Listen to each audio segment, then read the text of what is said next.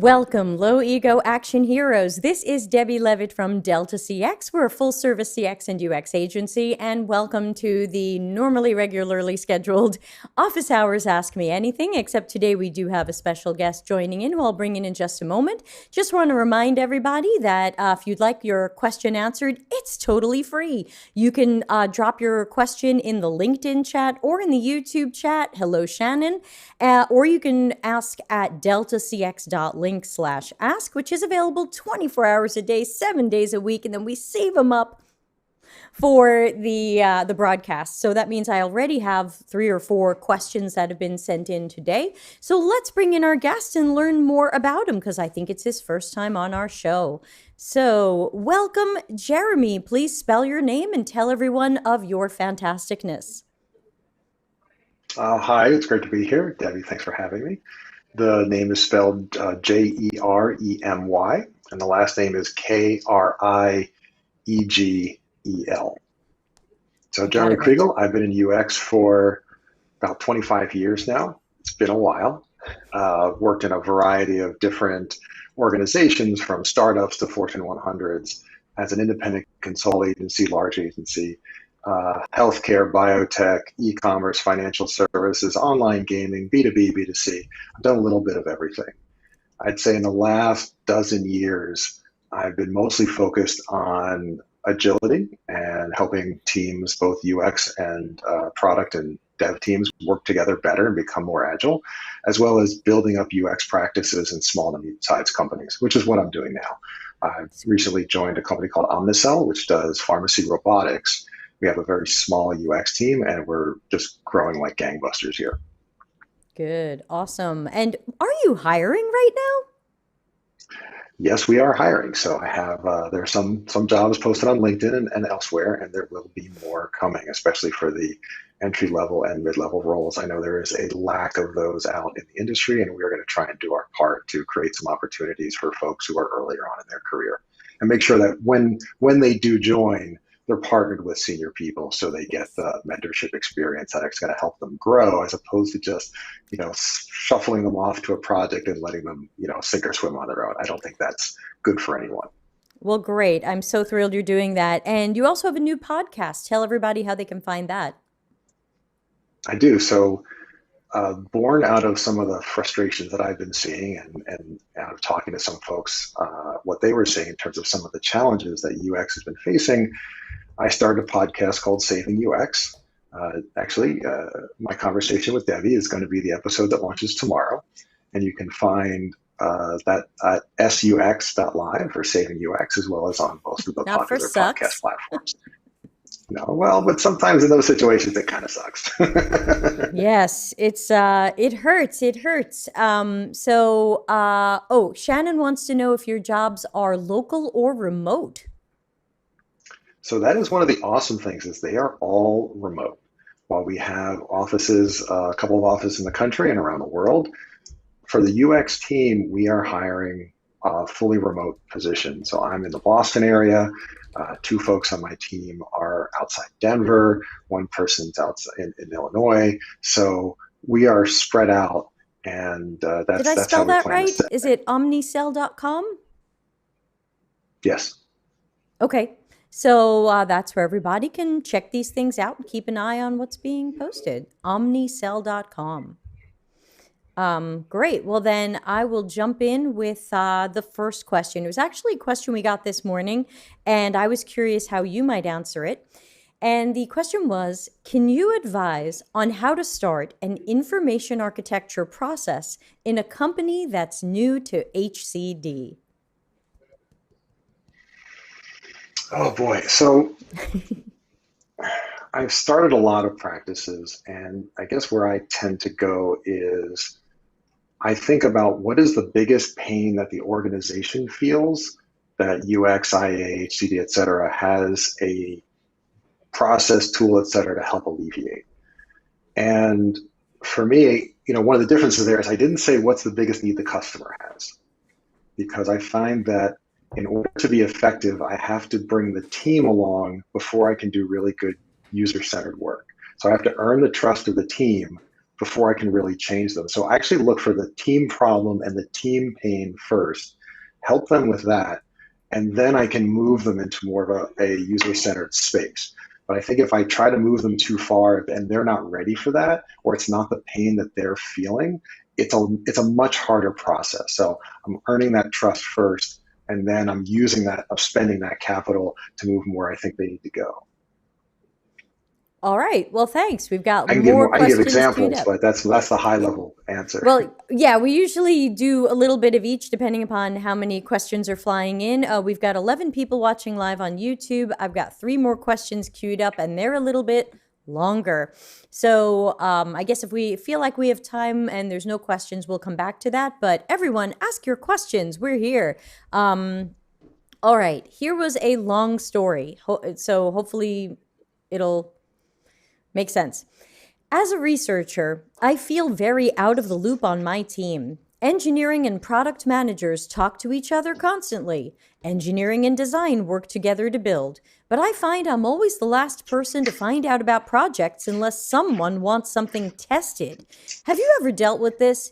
Any tips for making sure research is involved early? I'm the only researcher on my team compared to 3 designers and over 10 engineers, so it's hard to make my voice heard. Yeah, I don't want to sound like a broken record with that first comment, but it does kind of go back to connecting with your stakeholders, both UX, engineering, product. And if you understand what their roadmap is, you might be able to take a more of a proactive stance and say, hey, it sounds like this is an area of risk. Here's what I can do as a researcher to help you learn this important thing that's going to mitigate this risk that you're likely to encounter in your upcoming initiatives.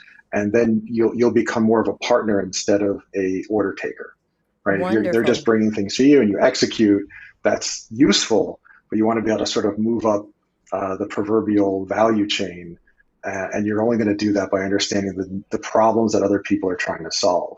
And then, again, then being proactive in how you propose solutions to those. I really like the idea of the proactivity by checking the roadmap and seeing something that might be coming down the line so that you have the lead time to do the research. Yeah, and even asking a simple question of, if this were to go south, what would be the likely cause? Like, what's the biggest risk with this thing that you're planning on doing? Right. And so anyone should probably be able to outline a handful of them. One of those will probably connect to research. So if you can connect the value that you provide to the possible risk that they're expressing, now again, you're making a connection and you're justifying the work that you want to do. And again, it's going to be valuable to the organization. That's great advice. It reminds me of when I was in a startup incubator in like 2012. And one of the exercises they made us do was, what are the assumptions you have where if you're wrong, your entire startup is invalid? Yeah. That's a great question. I mean, I have a slide where I talk about that. It's like, where if we're wrong, we're fucked. And I often don't use that word internally, although sometimes I do. It's got good effect. I do go there. But that boils down the concept of risk, where if we're wrong, we're fucked. Yeah. And what are we going to do about it? How are we going to mitigate that? For sure. And Shannon's joining in saying a lot of times research comes down to not having time, in air quotes. But at what point is time more important than the risk? It's mind-blowing. So can I share a story on this? Yes, please. So a number of years ago, I was working for a online gaming company. So online poker and casino. I was on the poker side. I was an avid poker player. Tons of fun. Our biggest market was France. At that moment, France is what was considered a gray market. Now, you know what a black market is? That's when something's illegal. A white market you don't tend to hear about, that's legal. Gray market is that in-between space where there's no regulation. It's an unregulated market. So at that point in time, online poker existed in France, but it was unregulated. Now, the French government saw all this money moving around and they said, we want our tax cut. Hey, no problem. So they decided to regulate. Great. As part of regulation, they put in all these really onerous requirements both on providers as well as people signing up. And one of the worst ones, worst, actually for both players and for the organizations, the companies, was that on day one of the market opening, they said, well, we consider if you're operating now, we're going to consider you illegal. So if you want a license, on day one when the market opens, you have to wipe your membership database clean and start recruiting from scratch. Talk about a risk. And it's not as much of a risk in casino, because if you want to play blackjack online, you're playing against the machine. You play roulette, you're playing against the algorithm. Doesn't matter. But poker's a social game. Debbie, if we want to play poker and I want to play a $1 game and you want to play a $10 game, it doesn't matter. We're not playing together. We need to have enough people playing at the same stakes that someone can come in and quickly find a game. And on top of that, they put in all these weird restrictions on what people would have to do to create their account that had never existed before. So I saw these and I went to our leadership and I said, look, people are going to see this, and it doesn't matter how much text we put next to this saying why it's necessary. No one's going to read it. Right. We're one of the smaller players in the market. What they're going to do is they're going to come to our site. They're going to see all this stuff. They go, I don't want to do that. And then they're going to go to our competitors who are bigger, and they're going to see the same things. Now, the second time they see this stuff, they might read it and go, wait, why are they asking? Why is PokerStars asking me for this too? And then they go, oh, government said I have to do it. Okay, I have to do it. Now, they're on our competitor's site. Yes, they were a loyal player. Are they going to come back to us? Or are they going to go, well, I'm already at the bigger site. There's probably more people. I've been meaning to switch anyway. I have no money in this other site. What are they going to do? And my hypothesis was, we're going to lose more players if we don't get this sign up right. And you know what? The documents that they're asking for are French specific. I can't do this testing in the US. And all of a sudden, I had like $20,000, $25,000 to go do user research in country in France, because that risk was so existential to the company that we found the time and the money. And even the caveat, I said to the engineering VP, I said, look, we won't even make any changes before launch, because they were back to the wall, running out of time. We'll make it a fast follow. We know we'll lose some people in the first few days, but we'll be able to execute these changes right after the market launches. So at least we minimize the loss. And they were okay with that, because they were afraid we were going to just blow out the schedule. Well, when the executives saw some of the things we found, somehow we managed to change the schedule, and we got a lot of those fixes in before the market launched. So, I was able to connect to a really big risk, present how we were going to fix it, involve the executives, and it made a difference. It really made a huge difference. And we've got Kayleen says, hi, she was happy to meet you at Concentric. Stephanie, who is in Luxembourg, says, to be honest, people in France creating any regulation about tech, IT, or the internet is usually crap. Like they don't get the tools. I don't know how and why. Facepalm emoji. And sure, but at some point there's the things you can control and the things you can't. So at that point, we really had no influence over the regulation. We just had to follow them. So you deal with what you got. Yeah, and you did. Fantastic. Thank you for sharing the story. I'm going to jump back to questions, reminding everybody this is Office Hours. Ask us anything. Use the YouTube or LinkedIn chat, or use deltacx.link/ask, and I will be monitoring that. Kristen Ludlow says, nice to catch this on the fly during lunch. Hi, Jeremy. So yes, hi to everyone. Very friendly crowd. Here's another long question. It's medium-sized. When doing discovery research, how do I transform the gathered data into something actionable? A report with observations or specific recommendations for fixes? Reqs seem more summative, like a usability test, and not generative. So here's a question of more actionable discovery, research, artifacts, or reports. What do you suggest? So a couple things come to mind. I'm taking some notes here, so I try to hit the highlights. Yeah, Nick's always taking notes. We recommend them. There's two things I think are important, especially for some of the early phase research. And maybe this is inherent or already understood in your question. But since we're not conversing, I'll say it anyway, maybe for the benefit of others. I think it's important to separate observation from interpretation. They're two different things. And Because when we get into those discussions, we want to be clear. We can't dispute the observation. This is what we saw. This is what we heard. We can debate what we do about it and what actions we choose to take, but those all should again be derived back from those observations. As far as making them actionable, I guess there's two things that come to mind. One is, what does it take to, I'll avoid using the E word because I know a lot of folks who don't like the E word, but what does it take to empathy? Okay. Empathy. If you say empathy, I do this. Okay. So sparkles. What does it take to get people thinking from your target audience's perspective instead of from their perspective? And, so whether that's showing video clips or telling stories, those things I think can help move people from, I think we should do this and Debbie thinks we should do that, to, well, when thinking about how this person went through that task and how we watched them do the work, I think what would help them would be this other thing. So what is going to help change perspectives? And different people are going to connect to different things. Now, I think generally as humans, we react more strongly to stories than to data. The data is helpful to justify things, but we tend to just absorb stories more. It's sort of in some ways a bit of a catch-22, especially with executives, because I often try to get executives to stop in and sit in on at least like a session or half a session. And the benefit is it can have a dramatic impact on their perspective. The downside is if that happens to be an idiosyncratic participant that just is a little bit off from the general trend, they can hook on to something that's a little bit not representative.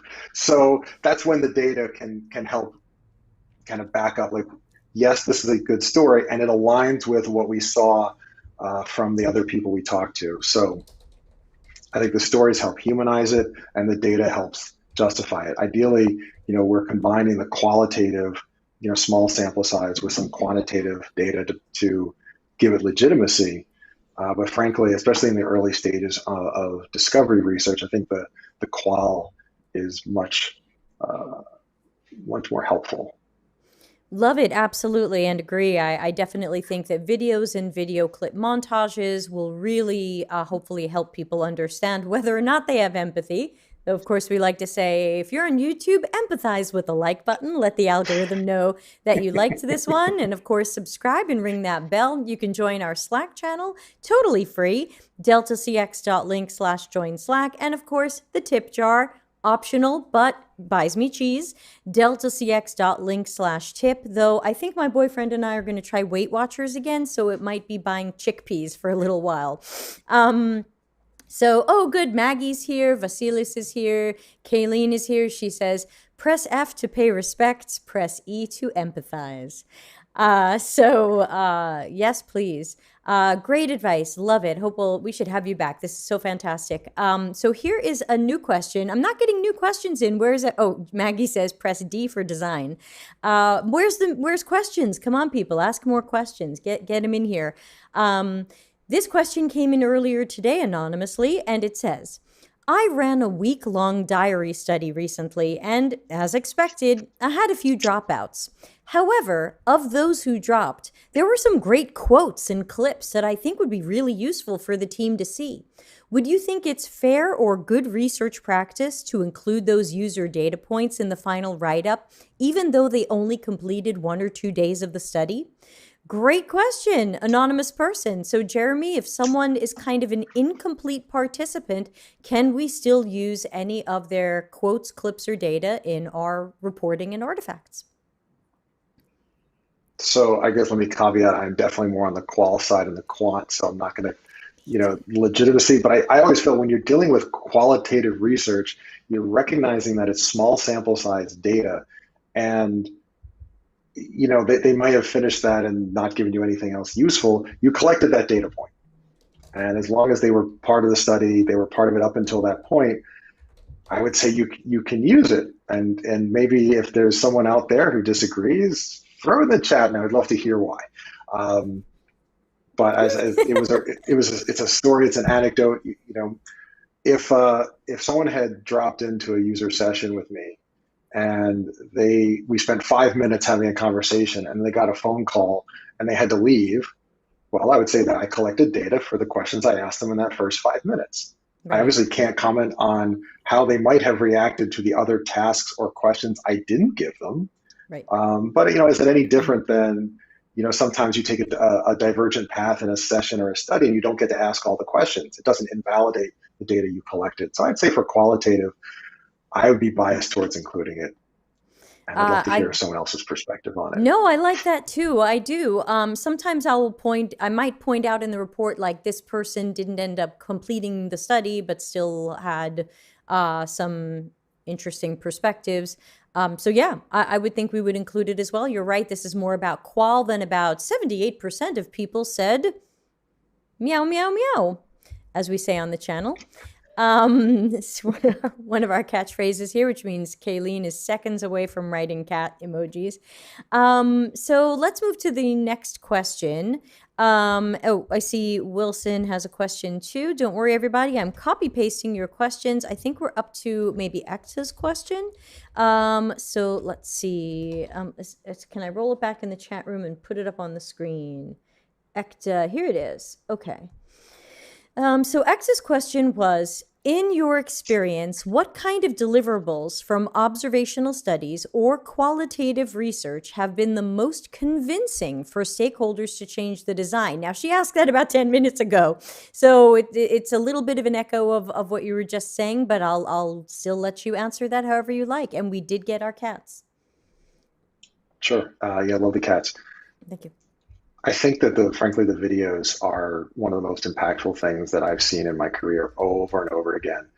In fact, at a startup I worked for a number of years ago, we did a lot of remote testing with like usertesting.com, which I have issues with. It's not my favorite platform. It's more, I find it closer to a validation study That's than when an I say exploration. hashtag I not usually use sponsored. usability. Yeah, not sponsored. And I prefer real-time moderated sessions to unmoderated sessions. But there can be value to having an unmoderated session. So in this case, we did find value in the unmoderated. We were looking for some quick validation on some designs we were turning around fast. We didn't have time to put together a moderated study. So user testing was a decent option. What I did was I would take these videos and we'd just do like a little lunch and learn every week. I would just show another one. And what was really interesting is watching engineers and product and other folks in the company just bring their lunch and show up. And it got to a point where people could anticipate the problems the users were going to have 3 steps before they had it. And that was fantastic because it again, there's also something about, we were doing some mobile testing at the time. So usually with those, someone's got the camera pointing at their phone. So it really gives you this first person perspective. And I found that just had a different impact than just watching like a screen recording in terms of for allowing them to connect with the users and the challenges. But it was great to see them anticipating, what problems users were going to encounter with the systems that they were really familiar with and hadn't seen these issues before, having worked and built with them for months or years. And if it's really good, it turns into like a horror movie audience. It's like, no, oh God, no, don't click that. Oh God, he clicked it. That's when it's really good, when people are like get emotionally invested in it. And I usually tell. We definitely had that. Yeah, that's the best. Then you've really connected with everybody, and I think that's the most powerful. I do tell the story from time to time here about the remote observational study I did last year, where by the end of one of the sessions I had with a very nice woman, I was nearly in tears, even though she had said very intelligent, warm, friendly things, but there were a lot of undertones of anger at the company who we were studying, and fears and angers, and it really hit me hard because I have actual empathy. And so after that, we sent it over to the company and we said, you need to watch this. And I even spent 4 unbilled hours on a transcript because I wanted them to really know what she was saying, because there was a little bit of a language barrier. And like she would say something to me in Spanish and I would answer her in Italian. And so I asked later, this well-known company, I said, at the end, did anybody tear up? And there were like 12 people on the call, and they were like, all of us teared up. And I was like, okay, maybe that's creating empathy. I mean, that's a best case scenario. I don't necessarily need my clients or stakeholders to cry, but I definitely need them to wake up to users and customers' realities. Stephanie says, ha, I had that, a dev watching live, but from another room shouting at the user. So glad the user was 3 floors down. Yes, that is really important. Don't have your observation room next to your test room unless it's a soundproof booth. I was lucky enough early in my career, I was at Xerox, and we had these soundproof booths so the executives could yell at the window and the participants wouldn't hear it. But there are so many examples of that. We had one, again, actually, it was also the online jewelry company. We were doing a study of cis male heterosexual shopping for engagement rings for a surprise, because we know that one of the big problems was guys don't know anything about ring size, and if you want to give a ring as a surprise, it helps to have the right size so you don't try to put it on their finger and it doesn't fit or it's really loose, because no one wants to send their ring back, their engagement ring back for sizing right after they got it. So this was one of the big things we were studying, and I wasn't facilitating. I had someone else was driving this test. I was in the observation room, and the facilitator, he gets to the point in the process where he'd have to put in the ring size, and she asks him how he knows. He seemed very confident when he put it in. She asked, "How do you know what size to put in?" And he says, "Oh, that's easy. It's the same as her shoe size." Now the observation room died laughing. Now, I suppose it's possible as a coincidence that might be true, but if for guys out there, if you don't know, there is no correlation between ring size and shoe size. So on the surface of it, it was hilarious. But I think, what I encourage people is to think deeper. Like, if you're only laughing at that, you're missing the point. Like, the point that I thought people should take away from that is, look how far we have to go. Look how much misconception there is around this topic and how much education we need to do, because this is the degree of erroneous mental models that are out there. Yeah, I mean, my ring size is a 5 3/4. Next to the test room. It's really unlikely that my shoe size is 5 3. I think my shoe size was 5 3/4 in 7th grade. Like, that's very unlikely to be your shoe size, but I guess it's all possible. It's all possible. So, that's a good one. All right, let's put up the next one. Great stories. I know our audience loves stories. Let's put up Shannon's question. And Shannon's question was, have you ever dealt with a long-standing company that operates like a startup? Go, go, go. We know what people want. Speed is better than risk. How do you approach the highest paid person and their opinion to change their thinking? It's funny, everyone uses this term like, oh, we got to operate like a startup. And it's kind of like, okay, so you want to be kind of clueless and not have your shit together. Like, yeah, I'm guess. like, why do startups fail over 90% of the time? Why are we emulating them and not Apple, Disney parks? Like, there's some better models to follow. Yeah, I mean, certainly, I think we suffer from a lot of the mythology around startups. And yes, as you said, most of them will fail. Yeah. And even the ones that succeed, it's rough. I mean, I don't know if folks have read Deliverness, Tony Hsieh's book on the origins of Zappos. And a lot gets talked about, or when it came out, it's not really that popular anymore, but a lot got talked about around building culture and building the company. But for me, there was a critical part that was missing in terms of what people emphasize. And if you haven't read the book, basically the story is Tony Hsieh, as a young engineer, developed some bit of software that around TCP/IP really early that happened to be really useful, and he sold it and made a lot of money. So he had this cash, and one thing he did is he bought this outlandish, condo, and he used some of that money to start Zappos. Now Zappos struggled at the beginning. They got some funding, but they were dwindling and they were really suffering to the point where they had to get rid of their offices. And eventually, the few employees that were left actually moved into that outlandish apartment because they were homeless. He couldn't afford to pay them enough to live. And then he eventually even sold that condo to keep financing Zappos.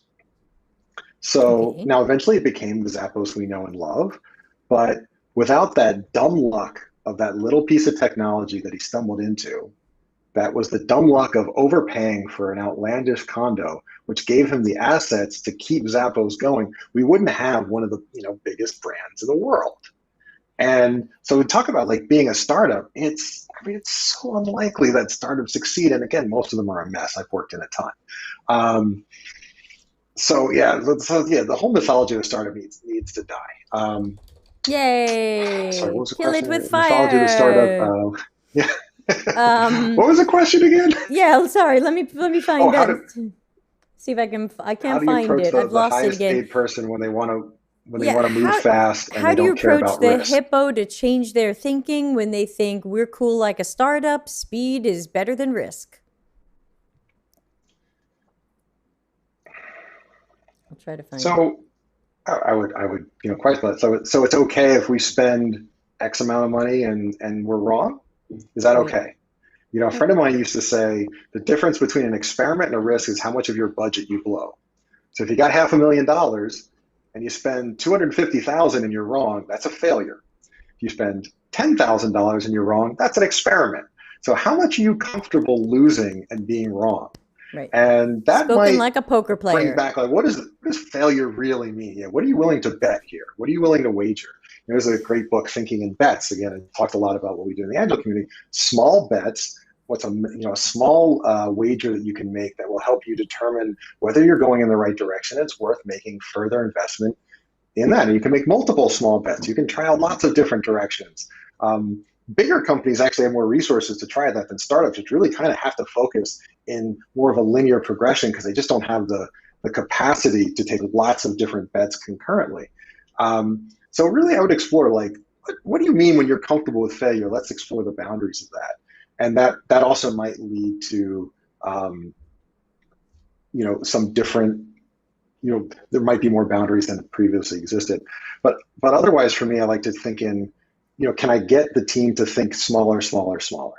Like if you want to talk speed, fine, let's talk about speed, but let's also make sure we add some learning into that speed. So we're not just doing things fast, but we have a hypothesis. This is the way the world is. This is what we want it to be. We think that if we do this thing, we'll see some positive benefit.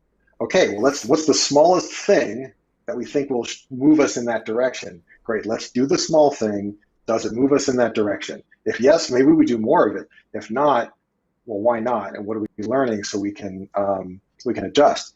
One of the startups I worked with, I was trying to get the executive team to focus on a backlog of outcomes, on metrics, instead of a backlog of features. So like, what are the impacts we want to have on the market, on our customers, on our business? And then we can figure out what experiments we're going to try to move those metrics. But the conversation would really be going back to the impact, not just on did we deliver the thing. That age-old output versus outcome conversation. As I like to say, let's not congratulate ourselves just yet. A joke written by my friend Eli, who also drew the Four Horsemen of bad CX and UX. Thanks to Eli. The only thing I can add to that is my new slides on how UX can be more lean and agile using somewhat traditional definitions of lean and agile. I'll be doing in a few weeks live on the show. So hopefully, Shannon, that will have some ideas for you in there. But of course, thanks to Jeremy for his perspective on that. And now next question comes from Wilson, who says, what's it like for a director-level UX designer to work in a big company like Omnicell? Do you work with multiple teams? So Omnicell is in a little bit of a different space in that it's a very small team that needs to grow. I've only been there about 2 months. And the vast majority of my focus, in addition to ramping up and understanding what we do and who the people are and all that, has really been on hiring. And that's probably going to be my focus for a while. That's a little bit of a different experience than if I had a stable team.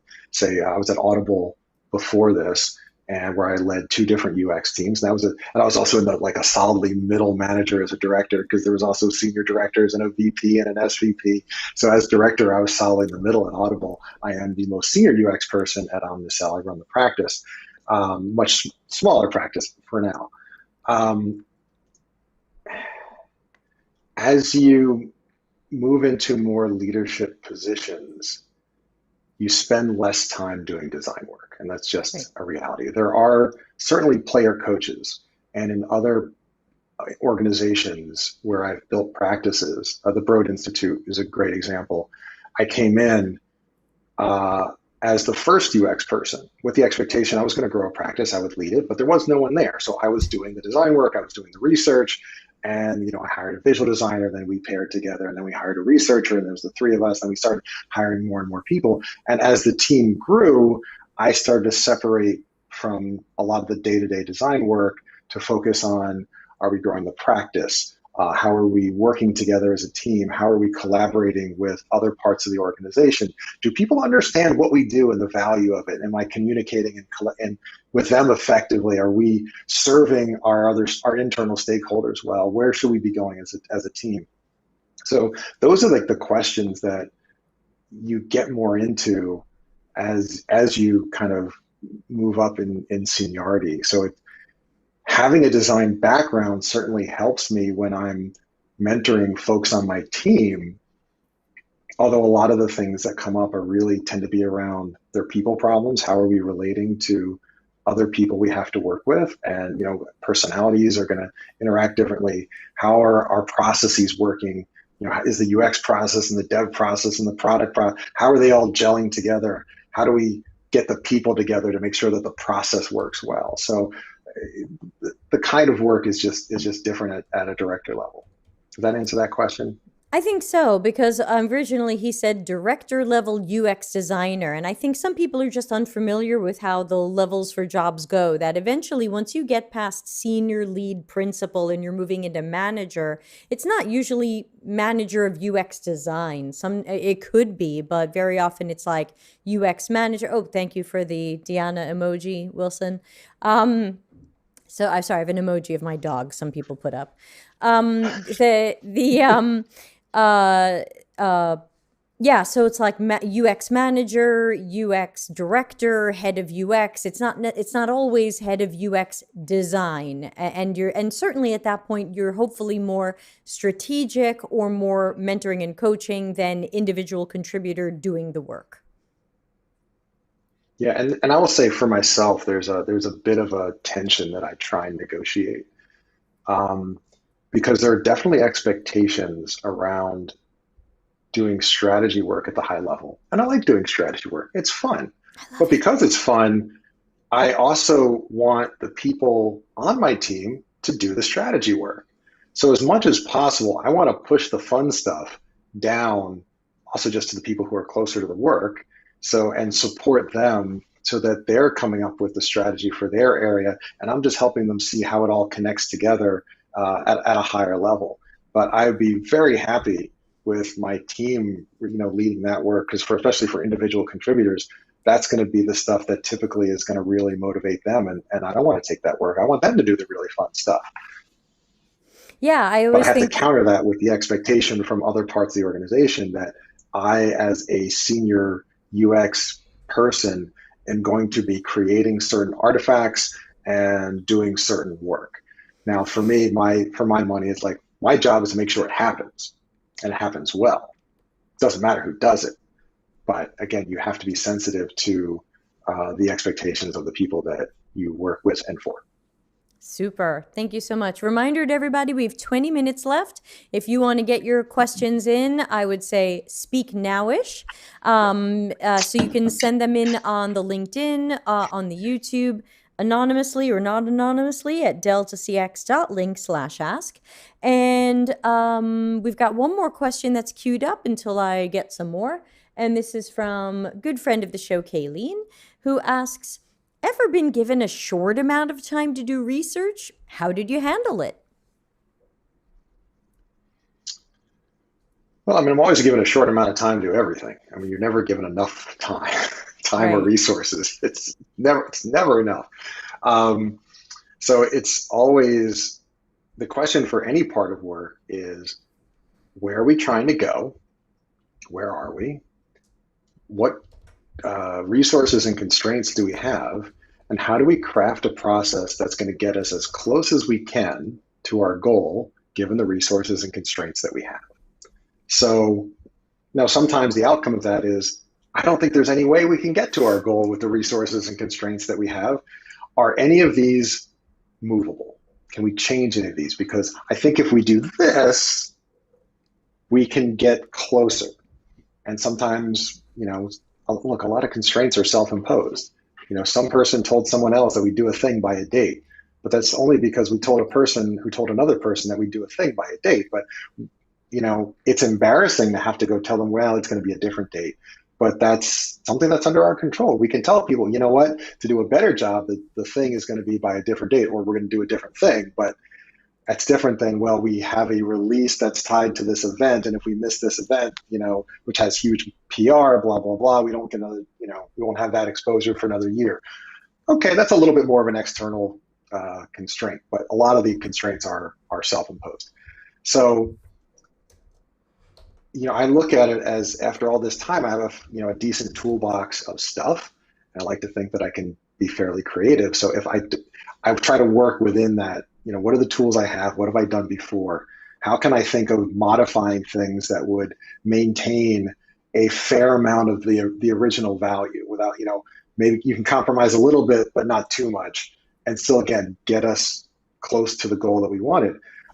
Not in the field of research, but, I can certainly tell the story of, one of the workshop protocols that I've done over the years. I started, folks might remember there was this whole concept of like a sprint zero way back in the day. And so I was experimenting with that. And it was typically like a 2-week protocol. I had my 2-week protocol for it. It worked pretty well. And I found that a lot of companies weren't willing to invest 2 weeks into something that could fundamentally change the organization, which is a surprise to me, because if you're going to fundamentally change the organization, I would think spending 2 weeks is not a big investment. But again, I'm a bit of a realist. I don't like to tilt at windmills. So it's like, well, okay. I thought about it, and I said, okay, I think I can actually get a lot of the same value in a week. And actually, one of the things I ended up changing was teams I worked with, I found, were not inherently bought into user research. So that was a lot of that second week, was testing the concepts we came up with the first week. But what I found is, if we raised risks, one of those risks would tend to be around the concepts we just came up with, but then it was coming from the team that we should show them to people and get their feedback. So it did introduce some delay, but that way I could say, okay, we're just going to do this internally, and then we talk about risks, and then we say, oh, we should talk to some people. Then we'd still do that research most of the time. It just wasn't sort of baked into that initial protocol. So it went from 2 weeks to 1 week. 1 week was better. And I still got people saying, well, that's too long. So I thought, it's like, how can I distill 1 week this is down? too long. And, I know, it's unbelievable. But it's like, again, this is reality. How can I work with reality? So it ended up coming down to about 3 days. And actually, that's what this 3-day protocol I've been using for years. And it's actually fairly effective. Now, depending on the team, sometimes it goes back to 5 days or even 2 weeks. But I found there was this core group that I could do, or core workshop protocol that I could do in 3 days. That was a good, wow, that's a lot of icons, that I could do, and it would be effective. And I'm only tell this story, not to say that you should chop your work down, but to be thoughtful about if it's still valuable. If I had gone and done it and I thought it was crap, I wouldn't do it again. Then again, it's frustrating, and I know Debbie and I have talked about this. There have been times where I've been told, we'll give you 2 days. And I go, I don't think I can do anything that valuable in 2 days. Right. And the feedback I get back is, well, that's all we can do. And my bias has been, well, I'd rather do something than nothing, even if it's not as far as I think it should go. Right. And even though it hurts a bit to do it, I've done a 2-day workshop. Now, at the end of that, the people are like, oh my God, this was amazing. We never could have gone this far in 2 days. And I'm like, well, you should have given me another day. We would have gone way more than 50% farther. But I'm often amazed at like the low bar in organizations of how you can effectively collaborate. And I know I've been facilitating for a long time. I think I'm decent at it. But I think that's another skill that we could use to develop more within UX in terms of being effective facilitators of not only design conversations, but general product related conversations. Because I would say that a lot of the exercises that I end up facilitating could easily fall within the product space. Or, if you look at a Venn diagram of UX and product, there can be a lot of overlap there. So a lot of what I do isn't even necessarily specifically UX. It's answering some of those just fundamental questions that teams just seem to be bad at answering. And I just help structure those conversations. Yeah, and of course, as the audience can tell, Jeremy and I don't totally agree on workshops. So, try his way, try my way, just try everything and find your own path. That's all I can suggest there.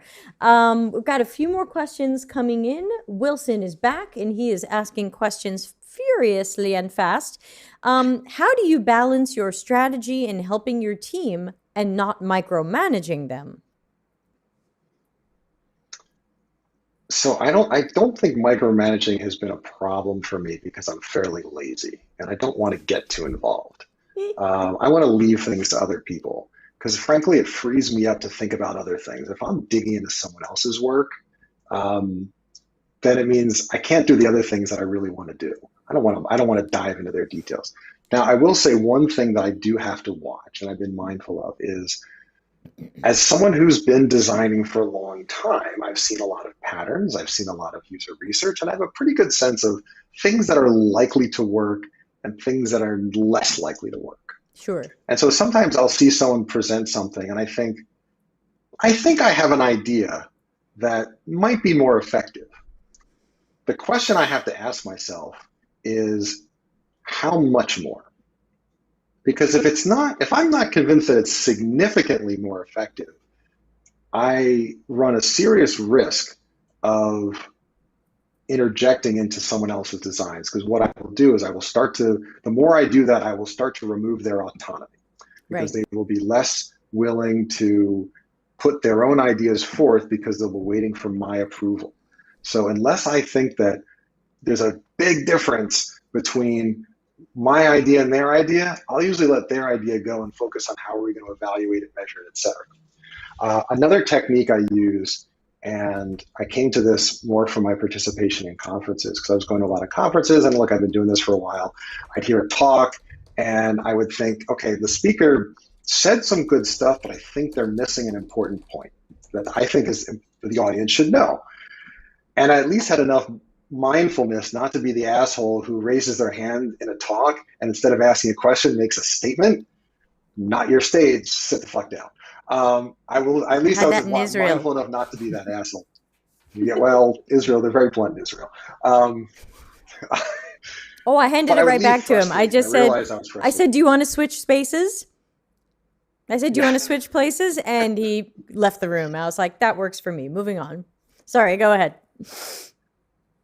Yes, I realized I was frustrated, and it wasn't about me showing like how awesome an experience I was. It was like, I want this information to get to the audience. So I was like, how can I be respectful of the speaker and get my need met to get this information out there? So what I ended up with, which is fairly obvious, is what question can I ask the speaker where what I want the audience to know is the likely answer.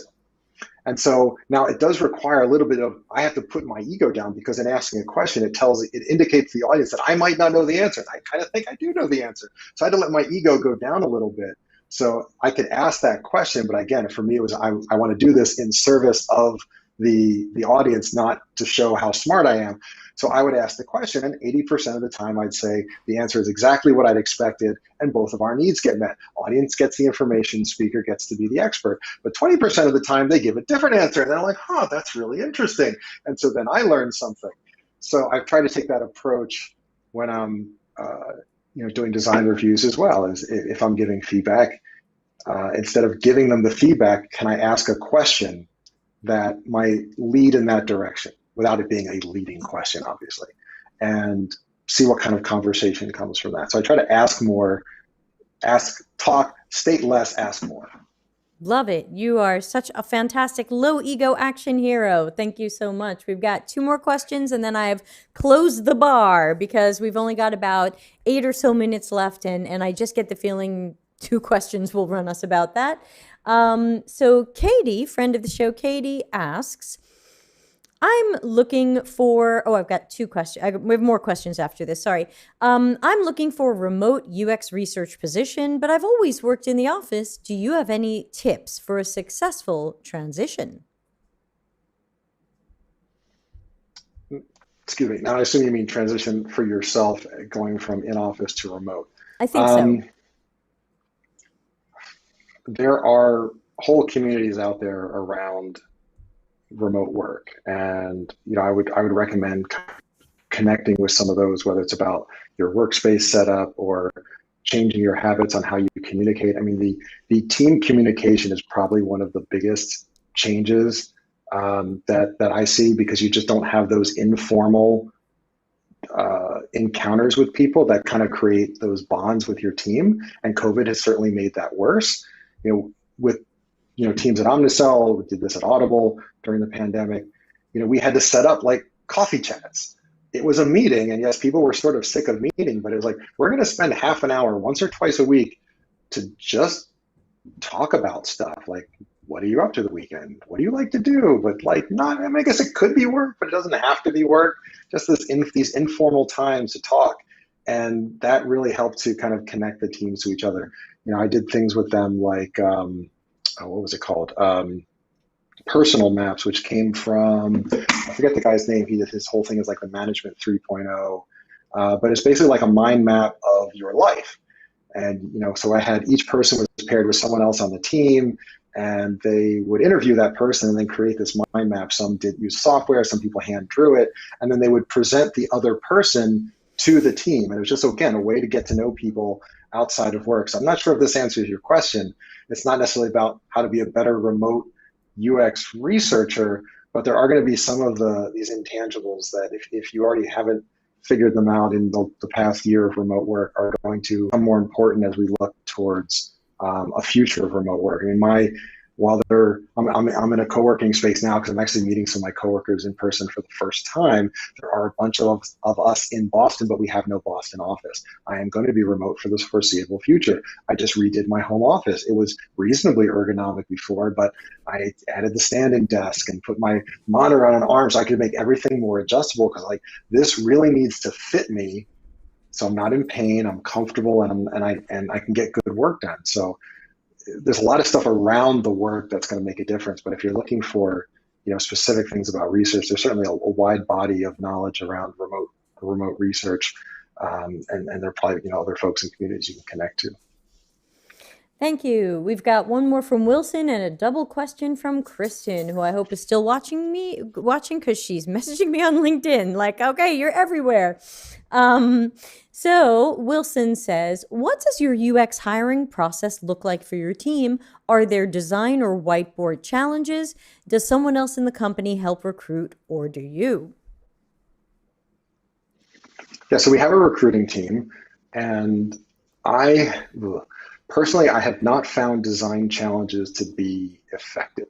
Agree. I have tried many because they were being used at organizations where I joined, and I've tried massaging them and tweaking them. And there have been people that I have worked with that just did really, I know they're great workers, they did really poorly in the design exercise. I have people who got great referrals, did really poorly in the design exercise. I've tried different ways of setting them up.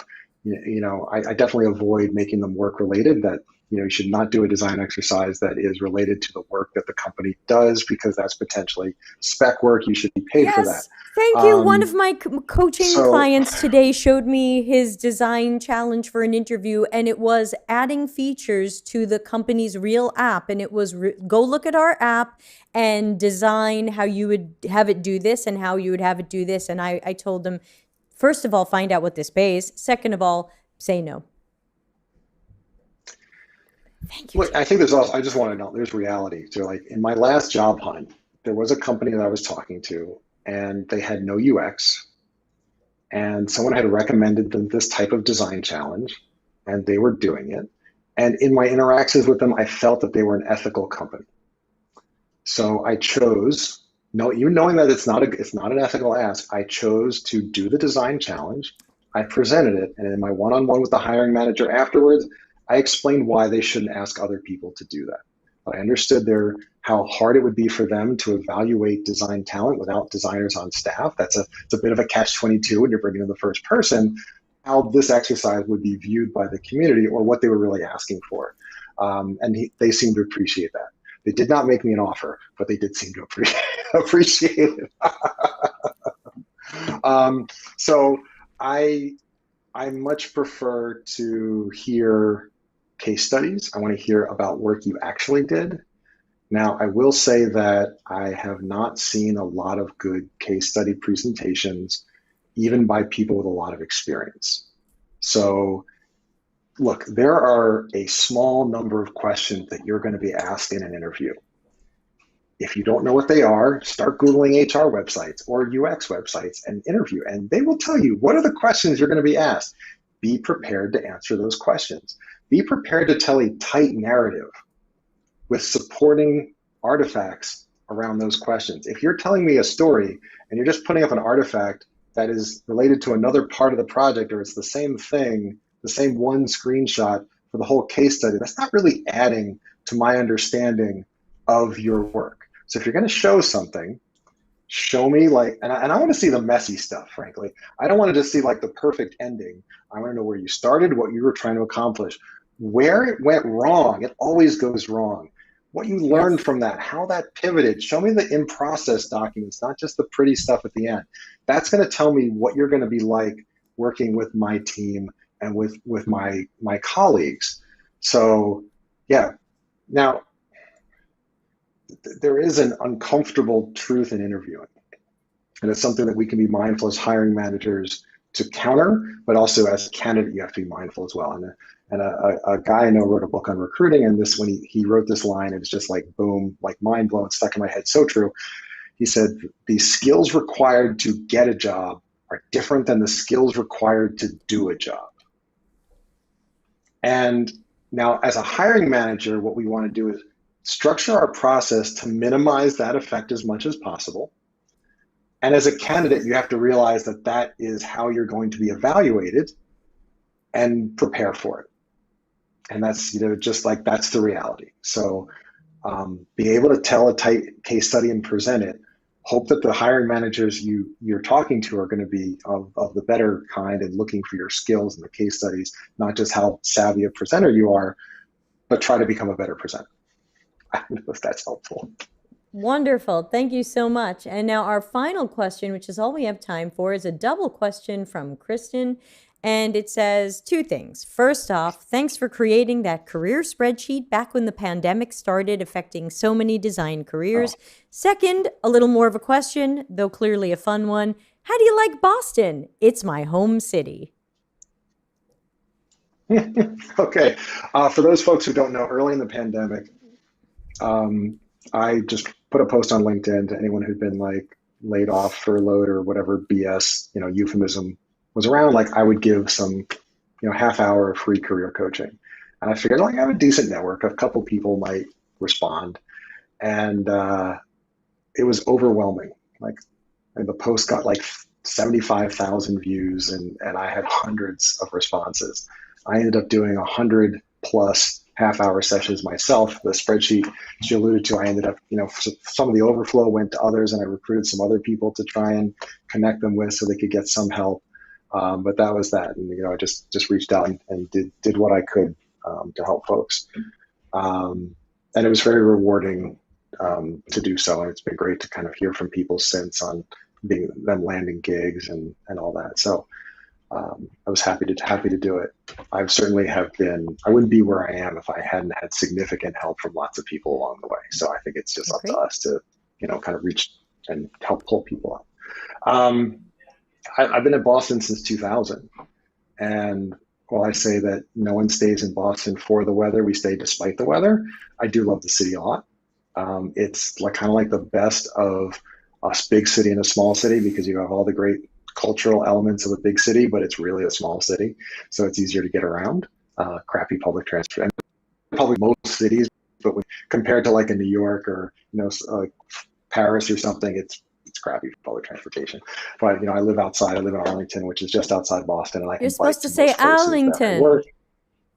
Arlington, yeah, Arlington. And Park the I Clown went to Hobby, yeah, Tufts, yeah. so I've heard. I used to hear all the time about Right. Arlington. The sad thing is that gentrification is definitely a thing. And I mean, even Arlington used to be much more of a working class city, and it is.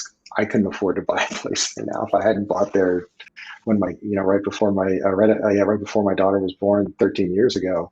I wouldn't live there. It's insane real estate, but I'm sure that's the case in most urban areas. Feel ya, feel ya. Well, we are super out of time. We're 1 minute over. Thank you so, so much. I hope you'll absolutely come back and do this again. I hope you had some sort of Oh, fun. sure. And I would love maybe for the future, maybe an example of what you think is a great case study, because pretty much everybody in our channel is working on their portfolio or case studies at one point or another. I think that would be universally loved. If you have any good examples of case studies, maybe you can come back and talk about those. Can I give a 30-second on that? Yes, and then don't Or you forget want to save that for to. another one? No, we've got 30 seconds, and my next appointment is tomorrow. And then, and then don't forget to tell everybody best ways to connect with you and find you and track you Sure. down and tweet at you and whatever you're into. Sure. So for me, one of the most important things I want to see, in addition to what I said before in terms of process, but especially if I'm looking at a portfolio site and there's like an image with a little tag next to it, and then there's how you introduce, like, why should I care about that case study? I'm going to look at tons of different resumes. I don't have much time. So even if you got 4 case studies, what's the interesting piece? Start off with the interesting bit. And like whether it's about results or something about the process, why should I look at that one? And that helps me quickly get into it. And then when you start off, a lot of people put the results at the bottom.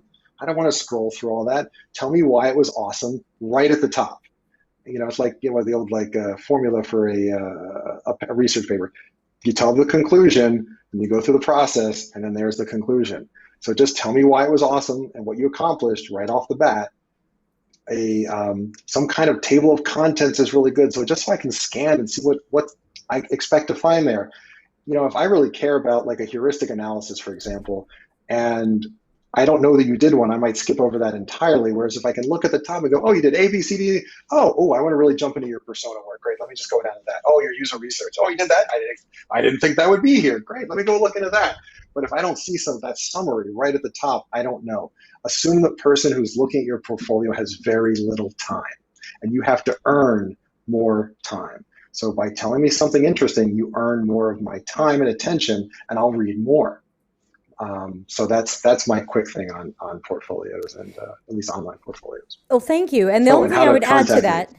yeah, right. Oh, and quick, the only thing I Right, would yeah, add go, to the go, go. portfolios quickly, and then over to you is sometimes I advise people to not put the end at the beginning, but since I'm hearing more and more that some people do want the end at the beginning, I would just say put a caption under that photo so I can tell when I see it, is this the before or the after? Are you showing me what you ended up with, or are you showing me what you started with? Because I see a lot of these portfolios that start with a bunch of screens, and my first question is, this is the beginning of the page. Is this where the project started, or is this where the project ended? So remember to utilize some sort of captions or something that tells me that this was where it ended up or something like that, so we can clearly understand what we're looking at. So yes, we're out of time. Everyone's saying thank you. So where can we find you, connect with you, and hound you?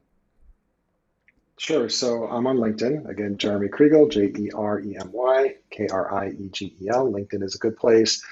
I am on Twitter more these days. So that's Sonarc, Sonarc, kind of leftover handle from the very early days of the internet. So I'm Sonarc on Twitter. You can find me on LinkedIn. And then the podcast, again, is at sux.live for Saving UX. And you can also find that on most podcast platforms. Apple Podcasts, Spotify, Google, Overcast. It's on most of the places, and there's links to all of those at sux.live. And again, the next episode, which should launch tomorrow, is with Debbie. So if you like hearing us talk now, here you heard mostly from me. Tomorrow you'll hear mostly from Debbie. And curious, I once fed a couple of these into Otter, and for both of them, it said the other person spoke 73% of the time, and I spoke 27% of the time. So I try to keep that when we're doing these things. So thank you again. I hope we'll get you back for more. And for now, everybody be safe, wear 37 masks, and I'm going to play us out of here. Thanks again, Jeremy, and you look sharp. Bye. Delta CX, available for CX and UX consulting, projects, and training. Contact us for a free consultation